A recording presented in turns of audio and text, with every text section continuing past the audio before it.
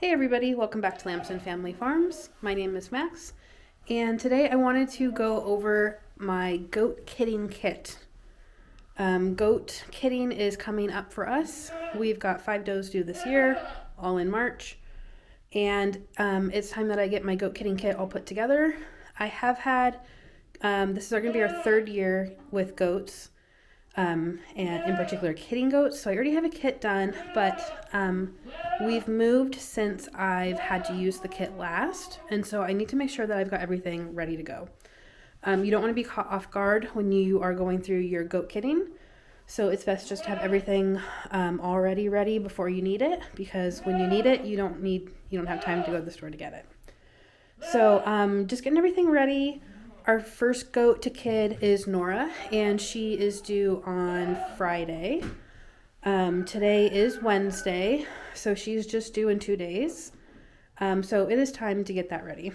I know a lot of people have a goat kitting kit that they just have separate.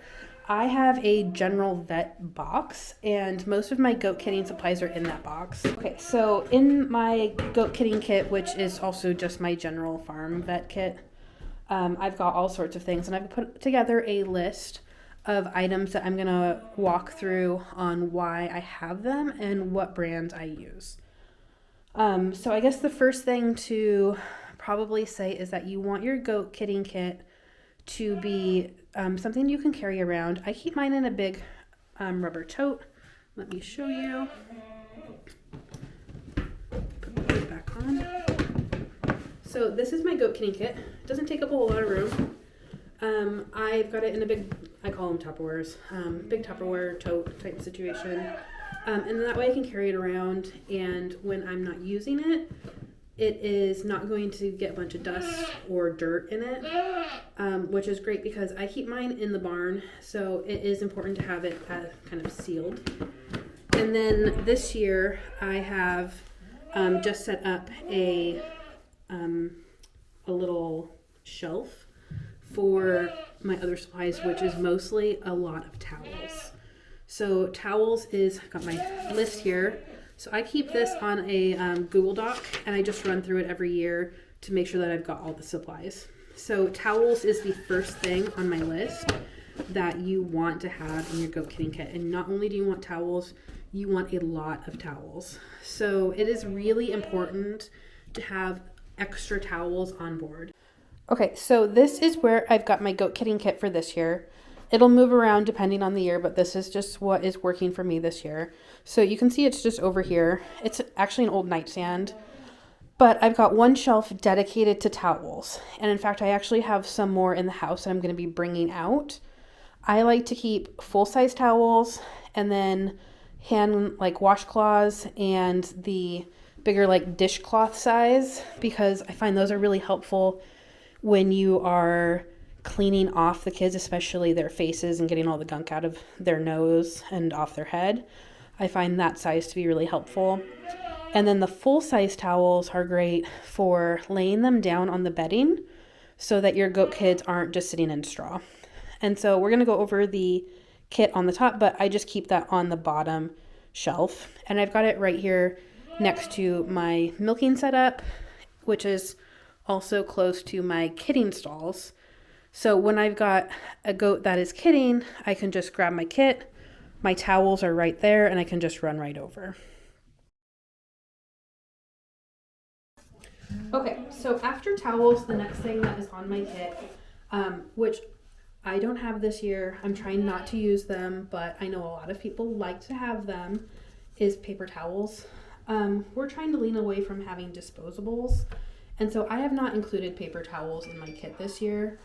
I don't know if I'm going to go back to them, but I could see how they would be handy to have. It's just I have a lot of extra towels, and so I don't really think I would need to go buy paper towels specifically.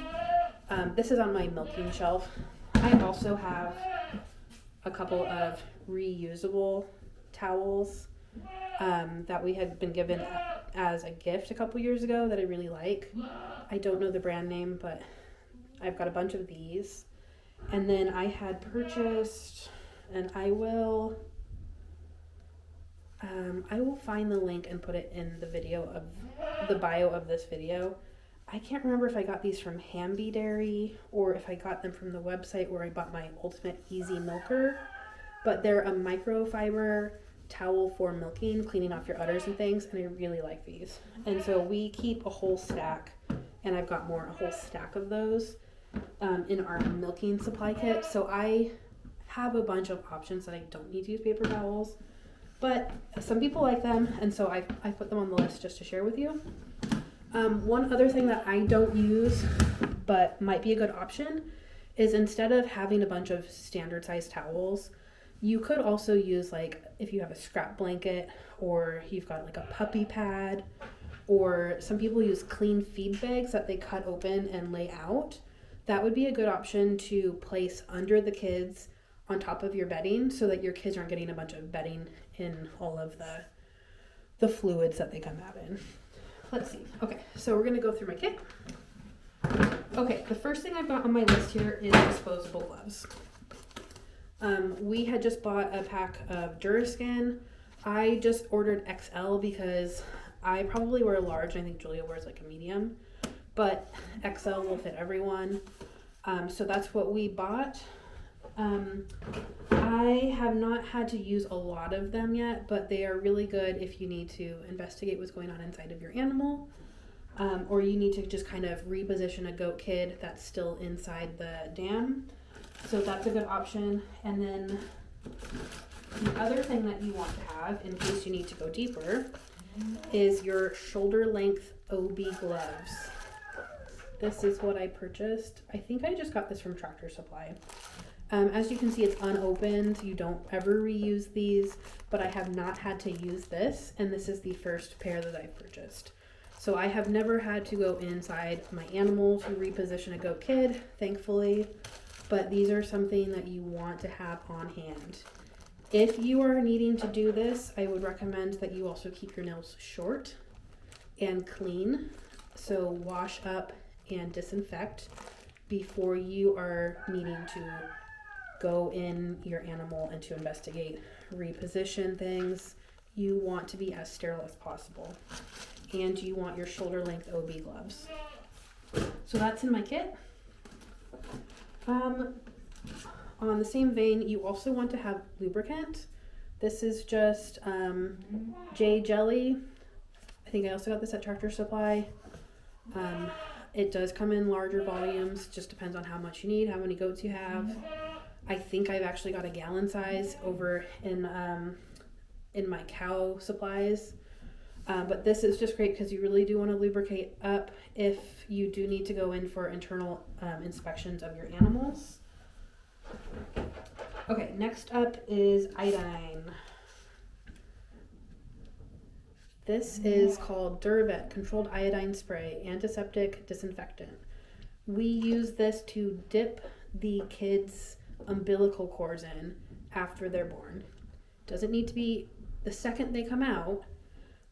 You're going to want to let, it depends on the situation, but ideally your dam would clean off the babies, and also they tend to chew on the cord a little bit and that shortens it up. So you're going to want to let them do that if you can, but probably within the first day, you're going to want to take a little cup. So the other thing on my list is a Dixie cup, or we've used clean little glasses. You could use a shot glass if you have it. You could just find something clean. It needs to be about this big because you don't want to waste a bunch of your iodine. You don't need a big glass. You just need a little something to dip the cord in. So you're going to pour this in your little Dixie cup and then dip their cord. And this just helps keep like bad bacteria out of their cords. So you want this on hand. Now I will say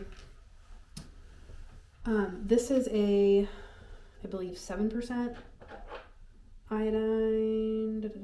No, this is 5%. My list says 7%, but I've been using 5. So I also have this iodine teat dip that I use for milking, and this is 0.5% iodine. So just know that there are differences. This is not the same thing as this. This is much stronger. So I don't substitute my foam and dip milking iodine. I use my controlled iodine spray. Okay, so next up I've got, which I need to add to my kit. You want to keep a pair of scissors on hand. I also keep on hand, I had kind of divided this up into different categories, so I don't need the bandages today. But you want to have your sharp scissors, and you also want to have some scalpels. I've got 4 scalpels in here. These are Paragon Sterile Single-Use Scalpel. I've never had to use them. Kind of the same thing. Luckily, I've never had to use them, but when you need them, you need them. Especially if you're looking at having to do, you know, if you're looking at maybe a C-section or something, obviously call your vet. But if you need a sharp implement, it's nice to have those scalpels on hand. I also have my digital thermometer here. That's also on the list. I haven't had to use that for goat kitting necessarily, but if, say, you found a goat kid, like it had been born the night before and it got cold and you weren't expecting it, you need your goat kid to be, I believe, at 102 degrees before you give it any milk or colostrum. So do not try to feed a cold goat kid. Get them up to temperature first and then feed them. So you want to be able to know their temperature, so keep a thermometer. Okay, so this next one is another thing that I don't have in my kit, but I know a lot of people like it. I also feel like this is kind of one of those things where a lot of people would think, ew, that's disgusting, I can't believe you'd ever do that. But in all reality, my priority is to keep a goat kid alive, and I will do a lot of things to make that happen. So this item is the Nasal Aspirator, you know, the baby suction tube, like little bulb with the nozzle that you could insert into like a nasal passage to clean up the gunk. I think that sounds great and that's handy, but if I have a goat kid who is really got a bunch of gunk in their nose and it's keeping them from breathing, and I've already wiped their face off and I don't see any mucus, I will just suck that nasal passage out.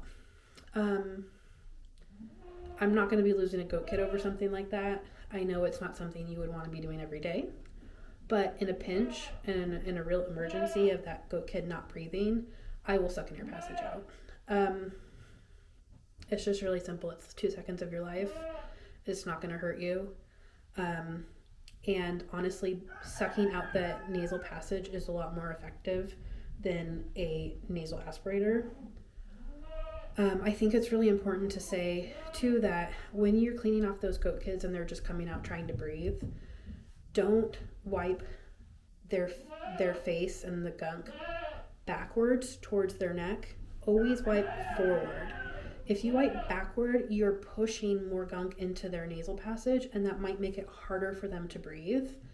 When you're pulling forward, you're pulling it out of their mouth and out of their nose, away from their body, and that will really help with keeping their airways clear. If you hear coughing, give them a minute. And I'd rather have my goat kid live, especially with the Nubians.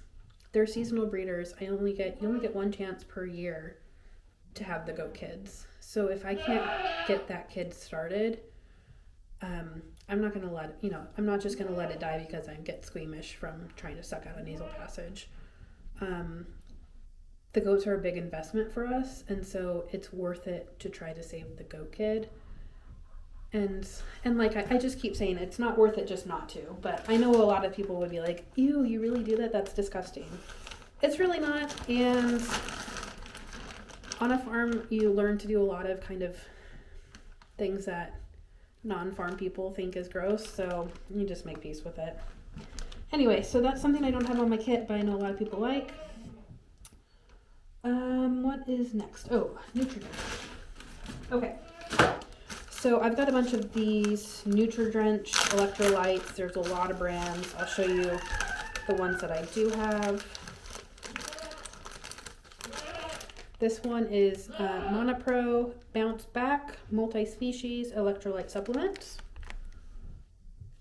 I also have Formula Durvet Multi-Species Formula 911. Mixes easily with milk replacer, or water. This is unopened. I've never had to use it. I just keep it in case. It says contains a blend of electrolytes, probiotics, nutrients, and sugars to provide hydration and energy to calves, foals, goats, kids, baby pigs, fawns, llamas, alpacas, etc. There's that one. I also have, let's see, I think it's Save a Calf. I ripped off the top. It's Electrolytes Plus multi-species nutritional supplement. I have not had to use any of these on a goat kid because they're getting their colostrum or their milk. But if your dam crashes after kidding and she needs a little pick-me-up and you need to give her some electrolytes, you mix these with water and give it to her, and that will help her bounce back. I will say my goats don't love the taste of these electrolyte mixes, and so I would be really surprised if mine ever took them willingly. But you are going to want to have, and I'll need to fish mine out later, it's around here somewhere, a drench gun. Okay, I thought it'd be easier just to go get it. Found some other things too we can talk about. Okay, so it's important to have a drench gun for things like the electrolytes. Because when you've got an animal that doesn't willingly want to take something and you need to get it in them, this comes in handy. This is our second one. They last quite a while. So what you do is you've got your cup of liquid, you put this in the liquid and you suck it up by pulling this up. And then you hook this into the lip of your animal and towards the back of their throat, and you push it in and it will give them the liquid, so they have to swallow it.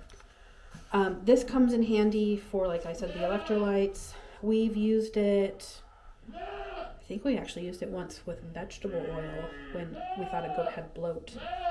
And I've never had to use it for molasses water after kidding because all of my goats really love the taste of this and will definitely drink as much of this as I can give them.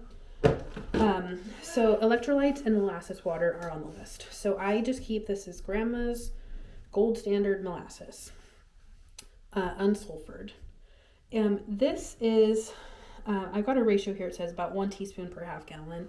I just eyeball it. It's been fine. I always give my goats warm molasses water right after kidding. It just helps balance them out, give them a little bit of energy. They just, took up a lot of energy to kid, and it just kind of keeps them perked up. So I always keep this in the barn. Let's see what's next. So Drenching Syringe molasses. I've got mine inside right now. I need to get them cleaned up, but always keep some bottles. We found that we had it was like the first year we kidded, we didn't have bottles ready, and we did have a couple of things in the fridge that worked, and so we ended up using a Worcestershire bottle, and we've kept that bottle and used it on our baby goat kids, and it works really well. So the other thing that we do for the goat babies, I've got this stuff I need to clean up. These are my lamb bar buckets, which is how we feed our goat kids. Okay, so what I do on our bottles is I don't start with the caprine nipple, which I know a lot of people like to start with. I start immediately with my lamb bar nipples, and that's because we have standard sized Nubians. We don't have a miniature breed. These nipples are not too big for them. The caprine nipple is smaller than this, but realistically, these are still smaller than their mom's teats anyway.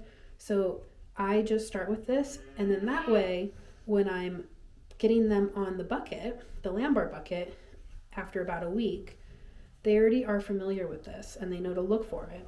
So I just start with this, and it fits on a soda bottle, it fits on my Worcestershire bottle, so this is fine. And I've got a whole bag of them. I'll go over the Lambar milking system later. But I always keep a bunch of nipples, and it's probably worth mentioning, I probably will need to restock these every couple of years. The older goat kids get really hard on these and end up breaking the nipple over time. They chew on them. So you want to have good new nipples ready before you have kids. If you don't and they're ripped up, you're going to get too much milk coming out at once, especially for the little guys. That's really hard on them. So you want to have a good even flow. So I would start with a clean, unbitten up nipple.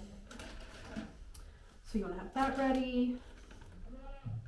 Okay, we'll go over the Lambar later. What else is on my list? Where is it? I think I've got it with my cow kidding kit right now. Sorry about Nora.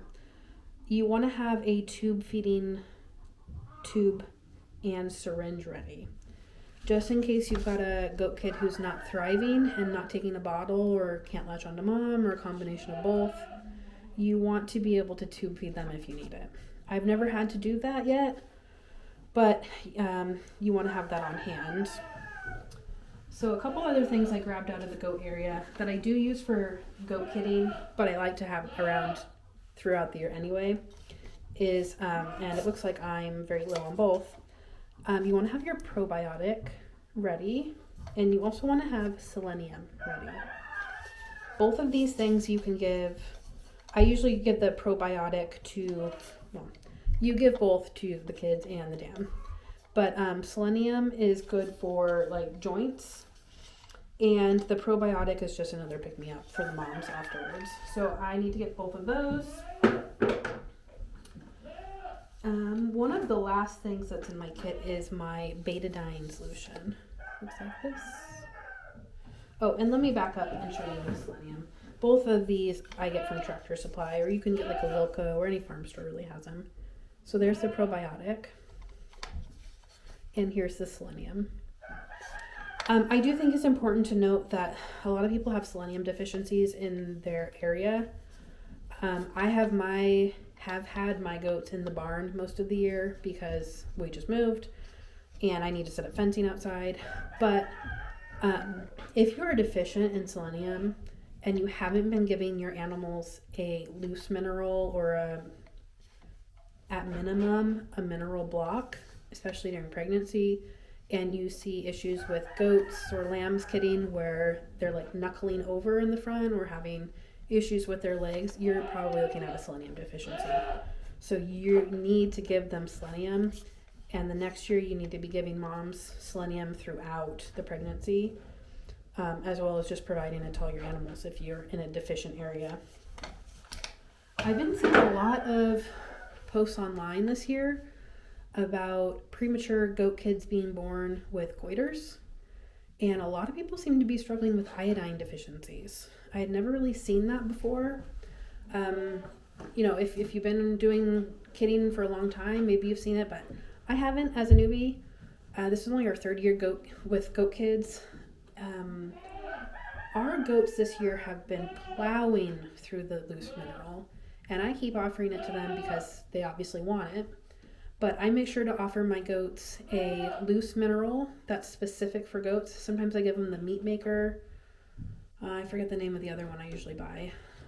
They also have a mineral block, which they always turn their noses up to. And then I give my goats copper boluses. I have been offering both the selenium and the probios throughout their pregnancies, which is why I'm low in those. And you'll find that some goats don't want them, and some goats love them. Like Gogo will eat as much probiotic as I will give her. So you just want to pay attention to your animals, and know what your area of the world is deficient in. Okay, so this is another one that I don't necessarily have a specific item for it, but I know what to use if I need it. Is a kid puller. So I find that more people need this when they're pulling calves, not kids. I've never had to use it for kids just because they're smaller. But if you're needing to pull, especially on the legs, and it's slippery and you can't get a good grip, you might need a puller to latch on their legs to help you pull. I've heard a lot of people just suggest using the handles of a dog leash. So invert it and put the leash through so you've got a nice tight grip, and then put one on each leg if you need it, and you can use that to pull. I've never had to do it for goats, but I do have my dog leashes on hand, especially when calving season starts. Okay, and then the last thing I keep are collars. So this year I'm expecting the most goat kids we've ever had. I know a lot of people who have a lot of goats like to use the disposable collars that you can write on. So that way you can keep track of whose kids are whose. I don't have that many goats yet, but I do keep some smaller collars around just so that I have enough collars for the kids when they're coming. Okay, so other things to keep in mind that you might want, depending on your situation, is a flashlight or a headlamp if you don't have a lot of overhead light. This room has quite a bit of light, so I don't need that in my kit. But say like if your barn wasn't powered, or like you were in a field situation at night, you want things to be visible. A heat source. So a lot of people will argue this. It just depends on where you live. Like I'm here in New York, it's March. We're still getting into the 20s at night, which is too chilly in my opinion for goat kids, but probably because I like to baby everything. So it just depends. Like if I had goats kidding in December, I would put my goat kids in a heated room. I can heat this room. I could put goat kids in my commercial kitchen, especially if they are not dried off. Cold can be really damaging to them. And like I mentioned before, they need to be about 102 degrees. So if you have, issues where it's too cold, I would recommend you take your goat kids inside. A lot of people do like a 55-gallon barrel turned over with do like a little doggy door in it with one of those newer heat lamps. I would not recommend you use a regular heat lamp. Those are very combustible. Is that the right word? I would never use one of those in the barn because they can catch on fire quite easily. But just have a way to heat your babies. Some people do little sweaters. It just really depends on your situation. Oh, this is another good one I like to have around, is a bucket of warm soapy water in case you need to clean up to do an internal inspection. Just a way to wash your hands. Some people also keep a hairdryer if you've got a dam who didn't clean off her babies and you need to do that and get them dry and fluffy very quickly. A hairdryer is a good idea to do that. I also wrote myself a note here. I need to stock back up on my CD&T. That's a vaccine you can give for your dams weeks before they're due, which that immunity will transfer to the goat kids when they're born temporarily. But then goat kids will get 2 doses of CD&T. It is really good to have a mentor or a farm vet on call. Nobody can ever know anything right away. That's how you learn. You just have to do it. So it's really nice to have a mentor if you're new to this, or even if you've done it for years. You could always come across a situation that you're unfamiliar with. And it is really helpful to have someone who knows or has been through that situation before to help you out. So have those numbers on hand. If you know, like me, I've got all my goats kidding in March. I would probably reach out to a couple of people and make sure that my vet knows that I've got goats kidding and that I might need them in a pinch. Just give those people a heads up. Needles and syringes. So, because this is also my general vet kit, I usually just keep a variety of needles and syringes on board. Okay, the last thing that I keep in my kit is Blue Coat. And you don't necessarily need that for kidding, but I will say if you are disbudding your goat kids, you're probably going to be putting some blue coat on their horn buds after you disbud. This will be our first year disbudding our own goat kids, and I have a mentor on hand who is going to help me do that, but we have purchased this disbudder, and so we're going to be doing that around, we usually do it about 10 days old. In Washington, we had a really lovely lady named Ashley who was our mentor and helped us our first year when our one goat in milk had I always say it wrong, mastitis. We were very overwhelmed, and so we called her, and she's been wonderful. And she also used to disbud our goat kids, and so it was something that we just never learned how to do, because it's not something you want to do wrong, because you could kill your goat kid. You know, you always did her own disbudding. And so it was just never worth it for us to learn. Not for the amount of goats we had in Washington. We at most had, I think, eight goat kids. And so we would just take them to Ashley. But now that we're a little bit more rural, and I haven't found a farm vet here who does it, we've just decided to learn how to do it ourselves. Okay, so... you're probably going to want to have a trash can or a laundry bin, especially if you're like I am in a barn. I don't have a washer dryer in here, and those towels are going to get dirty. You're going to be able to want to tote them back and forth. I also keep a couple of just big totes around. I've got one behind me here, that green one with the blue lid. Something about that size to carry goat kids in, especially if you take them inside to go milk. It's really handy to have a tote just to carry them, especially if it's a little colder. You can put a towel over the top, or you could crack the lid if you're going a short distance to keep them a little bit warmer. I also like to do a couple of things right when they're just born. I like to take their weights, especially if I'm dam raising, which we're not planning on doing this year. We're going to bottle raise all of our goat kids. Yes, hi, Slow. Onslow wants to say hi. We're going to bottle raise all of our goat kids this year, but I like to take their weights just so, especially that first week, I can make sure that they're gaining and not losing. Over time you're going to get a better eye for it. Just with experience you get more knowledge about it and you get more comfortable. But if you're new to it, I would recommend that you take their weights. It's also just good for record keeping so that you can know how your goats did, how your dams did, how big their kids were. Let's see, 2 years ago, Noni had her quads, and 3 of them were about the same weight, but we had a really small doeling, and she weighed about, was it 2 or 3, I think it was 2 pounds less than everybody else, and so it was just nice to keep track of her weight. Like I said, I keep this list on my Google Docs, but I will put it at the bottom of this video in the little description, just so that anyone can go through it. You can go through it, and if you're working on putting your goat kidding kit together, you can look at it and see what's going to work for you. Okay, so there are a couple of more things that I wanted to go over. Just things to keep in mind.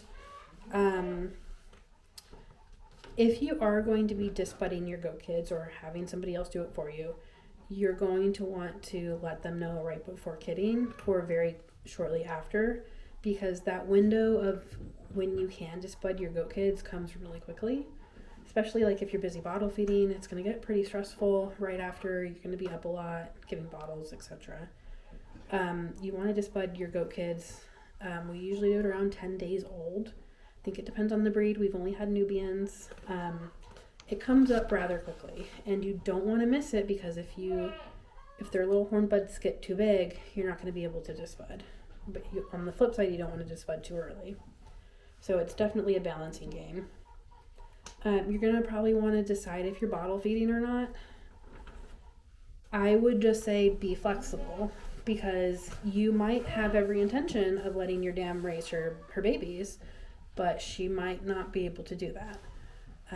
If your goat has quads, she's not going to support 4 babies, most likely. I know there are instances where you some people probably have, but you're going to want a backup plan. You're going to want to have bottles ready.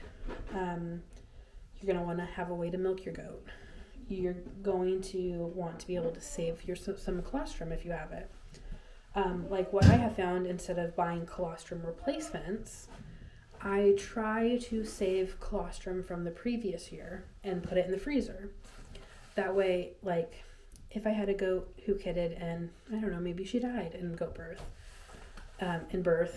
then I would still have some colostrum ready for the goat kids in my freezer. So it just never hurts to have some frozen colostrum. If you don't and cannot find colostrum replacement, I would recommend that you go online, maybe on Facebook, join your local goat groups. You will probably be able to find someone who's within driving distance of you who could maybe help you out. Maybe they have some frozen colostrum. Maybe you could find someone who could be your mentor. Maybe you could find someone who could disbud for you or help you. You just really never know. Joining some of the Facebook goat groups is also really great for kidding issues. There's a couple goat emergency, like medical help ones that I've joined that after following them for quite a while, you really do learn a lot about basic medical issues and how to help your goats and what temperature they should be before they have colostrum and just things like that.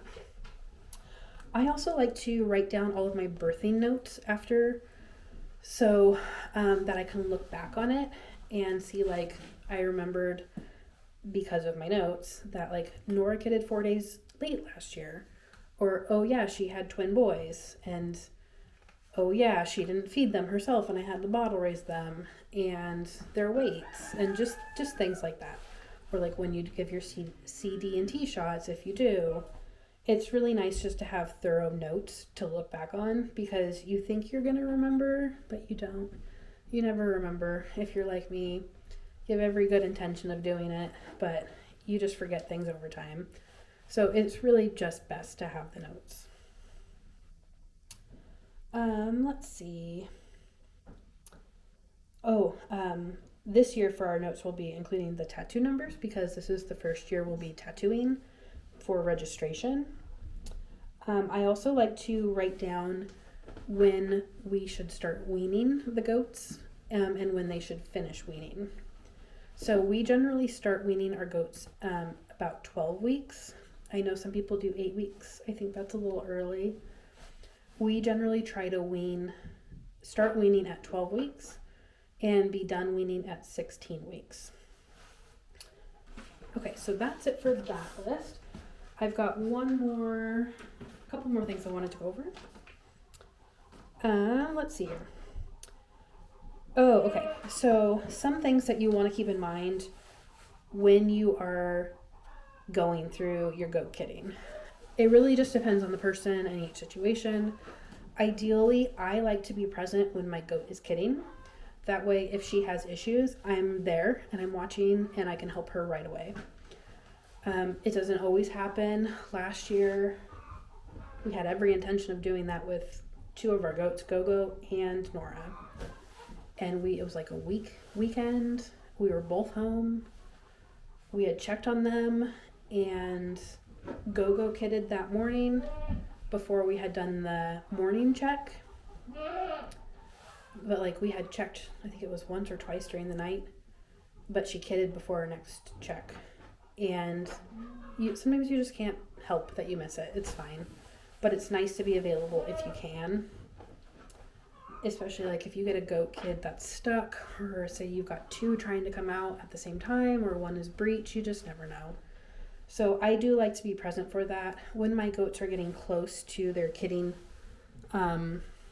date, I generally will check on them in the middle of the night. So I've got, so generally, like, I will pay attention to my animals to see if I think they're getting close. Sometimes you can't tell, but sometimes you can. Some things to pay attention to are their ligaments on the back by the tail. those will get really loose. Their udder will develop. No, I don't want you standing on me. So when I feel like a goat is getting close, I will generally go check on her 2 times during the night, and then definitely during the day quite a few times. And then that way I can be around if she has any issues.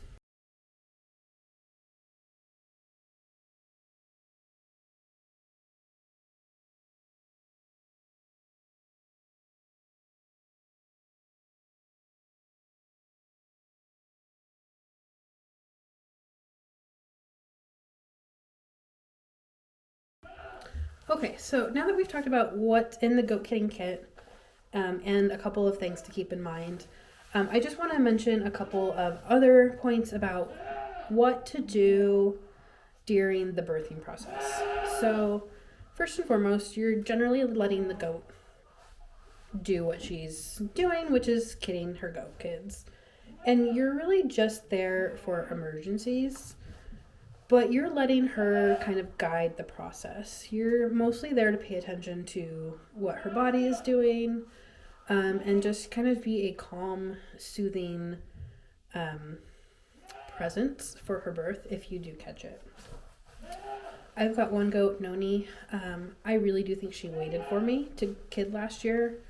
I had checked her like at 9 p.m. and then I went and checked her about 1 or 2 a.m. and I thought maybe she was in early labor, and I sat with her for about 20 minutes and she went into active labor. And she's my goat who doesn't take care of her goat kids. Like, she does not even clean them off. So I really do think she was waiting for me. And she really does like me to be close to her. And you'll get some goats like that who are very personable, and then you'll have goats who are very standoffish, and that's fine. But you just want to be calm, as calm as you can be. It can be really stressful, especially if you haven't gone through that before, just because you don't know what to expect. So you just want to be calm, and I generally try to be quiet. I don't need to be very loud. I don't need to be playing loud music. I don't need to be coming in and out of the kidding area.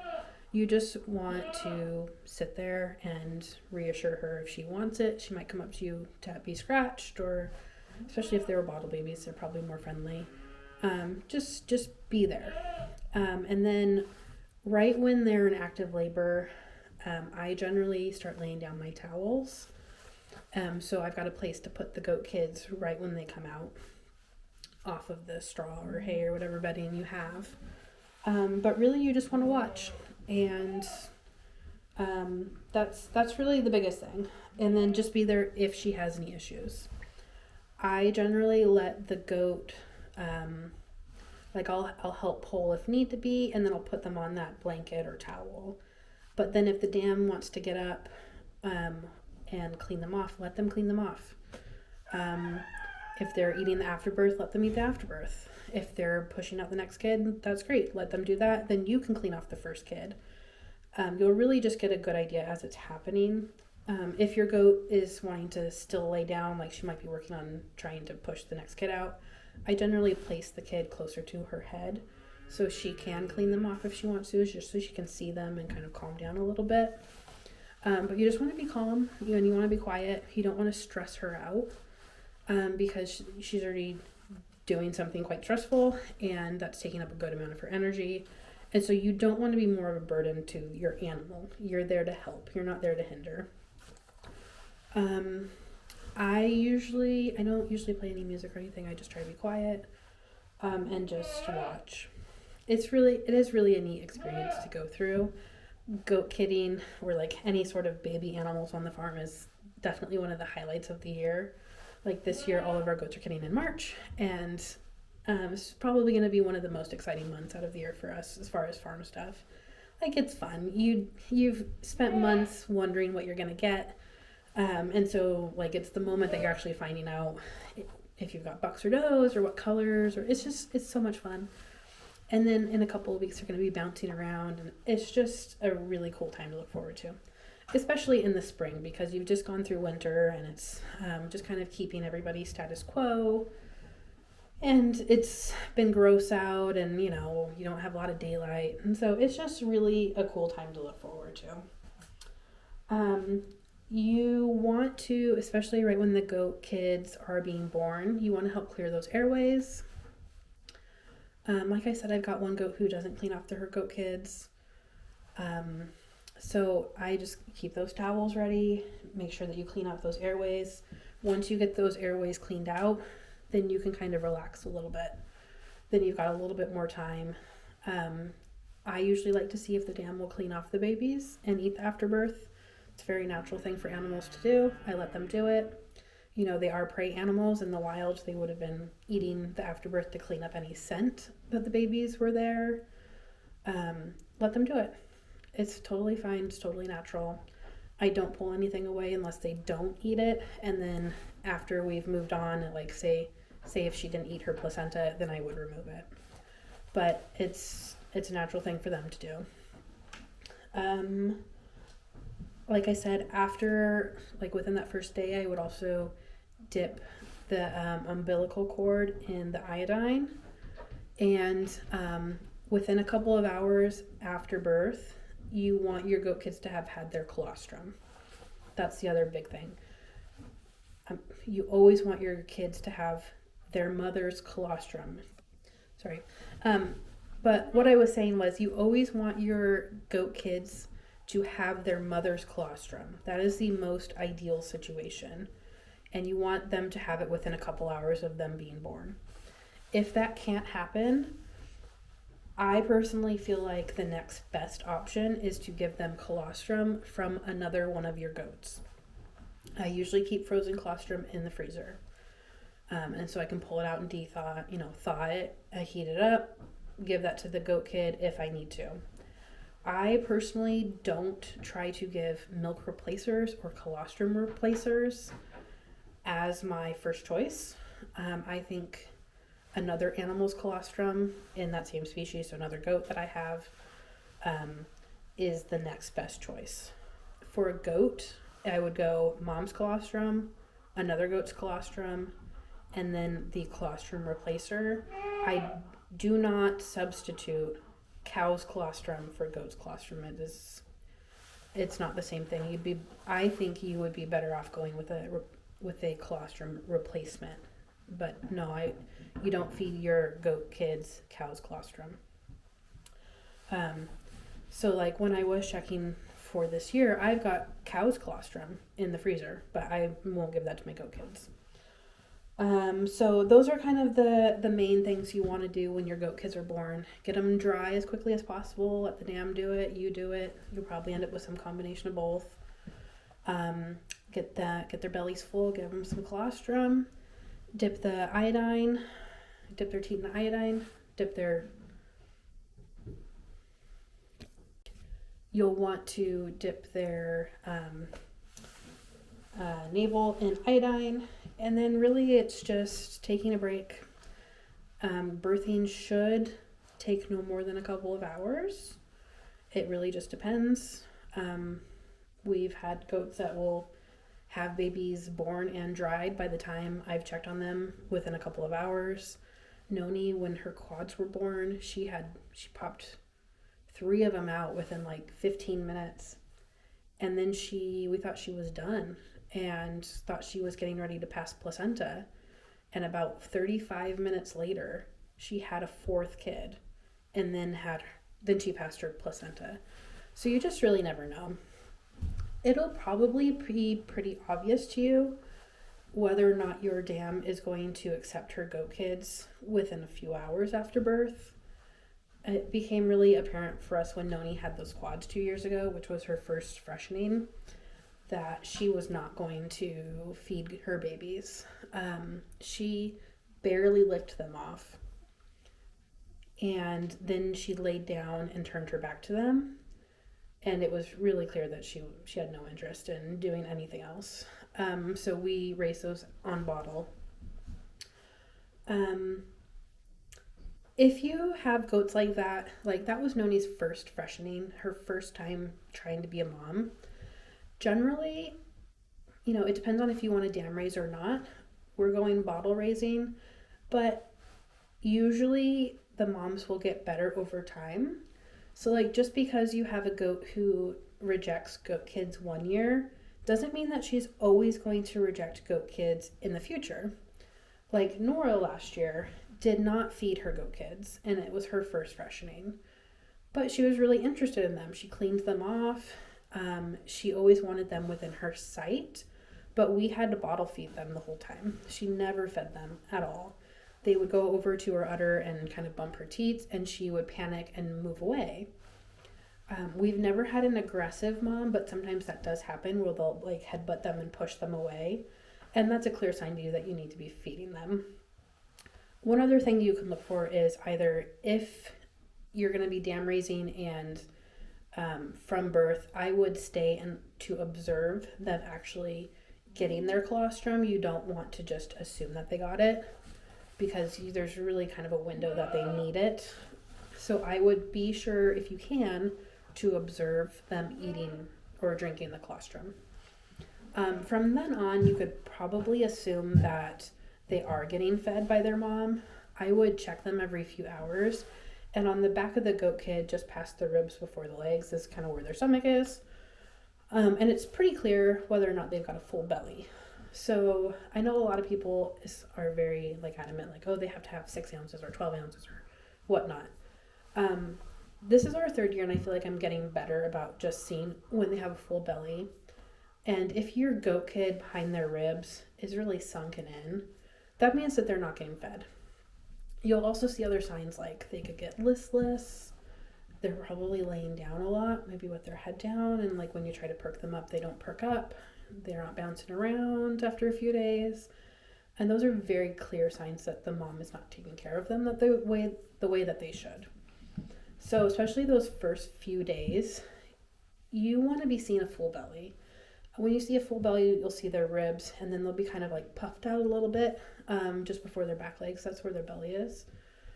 So like if you've just given a goat kid a bottle, just next time if you've got goat kids and you're in that kind of situation, before you bottle feed your goat kids, you'll kind of see the caved in stomach because they're hungry. But after you bottle feed, you're going to see it's kind of puffed out a little bit, and that means that their belly is full. You'll also notice signs like if you're bottle feeding, they'll not want to eat anymore. So that's a good sign that they're full.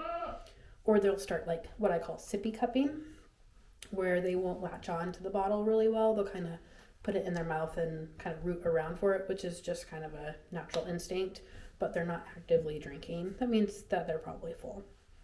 So I would just pay attention to things like that. The other part of it is it's not necessarily just about your goat kids, it's about your dam as well. I just pay attention to the dams after they kid as well because they could crash afterwards. You'll want to watch for things like you need to make sure that they pass their placenta. If they don't pass their placenta after they've kidded, they could have a retained kid, which is going to be a huge issue for their health and could easily lead them to dying. So I always make sure that they pass the placenta. If they do not pass the placenta within a day, you need to be investigating that. You either need to be calling your vet, you need to be bumping their sides to make sure they don't have a retained kid. You need to be watching for signs of like them straining or like kind of acting like they're still in labor because they're trying to push a kid out. You just need to be making sure that they're up and eating, that they're drinking, that they're not significantly losing weight every day. You'll just want to keep a close eye on them. And then you'll want to be milking them out. You know, these are dairy breeds, especially if you've pulled the babies, you need to be milking the moms. If you're dam raising your kids, you need to be making sure that the kids are drinking from both sides of her udder, which was an issue that we had our first year.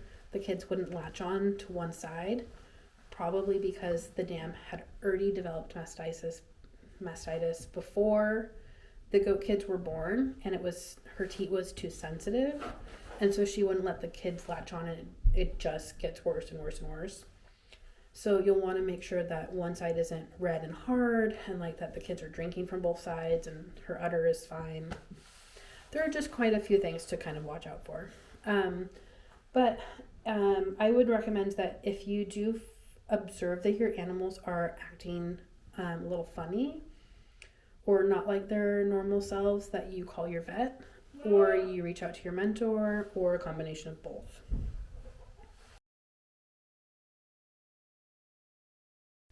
So one other thing that I wanted to talk about now that we've gone over the goat kitting kit and just general things to watch out for at kitting time is I want to talk a little bit about my lambar bucket feeding system. It was another recommendation from our goat mentor, Ashley in Washington. Ashley, if you're watching these videos, we miss you very much. She suggested to us that we use the lambar bucket. And I think there are quite a few names for it. We've heard lambar. Some people, I think, have like the caprine milking system. But it will save your life if you've got multiples, because bottle feeding can take a lot of time, especially washing all those bottles. So we've got a few of these buckets. This is the lambar bucket. You can really make it yourself if you want to. It is simply a bucket, and I've got the lids somewhere. You're going to want a lid, and it's got a bunch of holes. I'll put a link to the bucket, so if you want to know the sizes and things, you can figure it out, because you can also buy just the supplies, like the nipples and the tubes, and then use your own bucket. So it's just a bucket with a bunch of holes around the sides, and then you get your nipples and your tubes. And let's see, looks like I'll probably need to stock up on my tubes, but you put your nipple through the middle of the bucket and pull it through. Let me show you the nipple so you can see a better idea. So the bucket will sit right here, and then this will be inside the bucket, and the nipple will be outside the bucket. And then inside the bucket, you've got your tubing, which is 1/4 inch, goes into the nipple. And so when the kid is sucking, this is at the bottom of the bucket, and they're sucking the milk through the nipple. And so you can fill up your bucket, and the goat can self-feed through the nipple, and all you have to do is fill up the bucket. So you don't have to do your timed bottles. You don't have to really do anything except for keep your buckets full, keep them clean.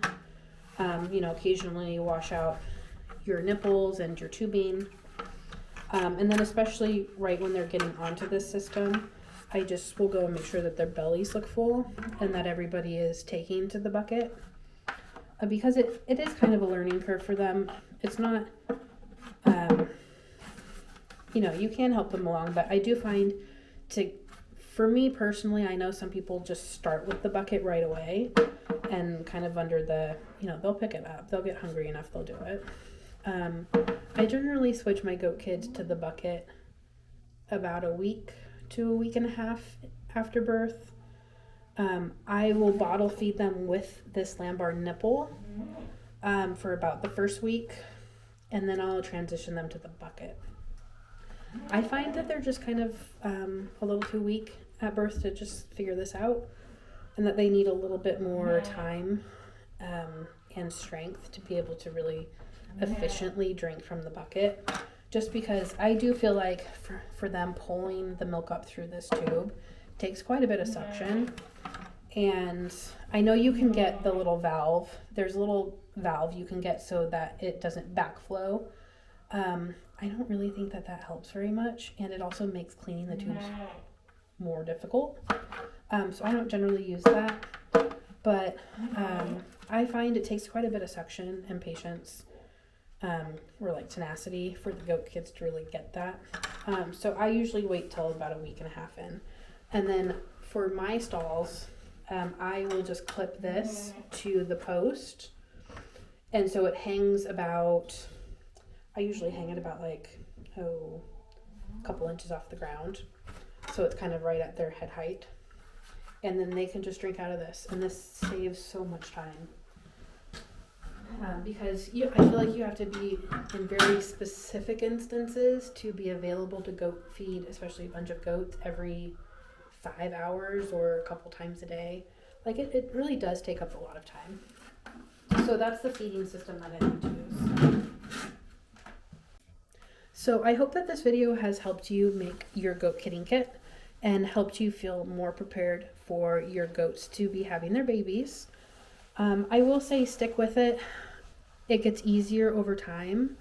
And just remember to be patient with yourself and be lenient towards yourself. I think a lot of us get into the mindset that it has to be perfect right away, and that's not really how, well, it's not really realistic. That's not how people learn, and things do get easier the more that you have experience with them. So now that we've been through goat kitting a couple of times, it's significantly easier for us to do it now. But I remember Julie and I both felt so overwhelmed the first year.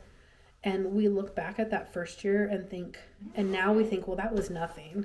We only had 2 goats kitting that year and we felt incredibly overwhelmed. And now we've got 5 goats kitting, and it's, we're really looking forward to it, and it doesn't really stress us out as much. So we're going to be jumping right into goat kitting. So our first goat is due on Friday, which is just 2 days away. And so I'm hoping that I'll have the rest of my goat kitting kits stocked up. I know I need to go to the store and buy a couple of things, but I'm hoping to be ready by Friday when Nora is due. I'm looking forward to goat kitting. I do feel a lot more relieved now that I've got my area set up here for the kitting pens, and I've got my kitting kit mostly together, got everything cleaned up, and I'm just feeling a lot more prepared than I was a couple of months ago.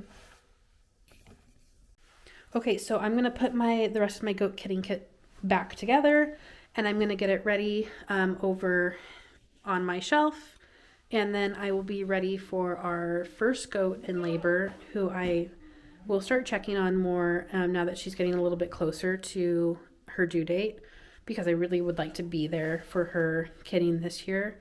Last year we missed it. We were both home and we had checked on her, I think about 1 o'clock. And by the time we came back out at around 4 o'clock, she had already had her twin boys and had them cleaned up. So this year I really want to be here for it.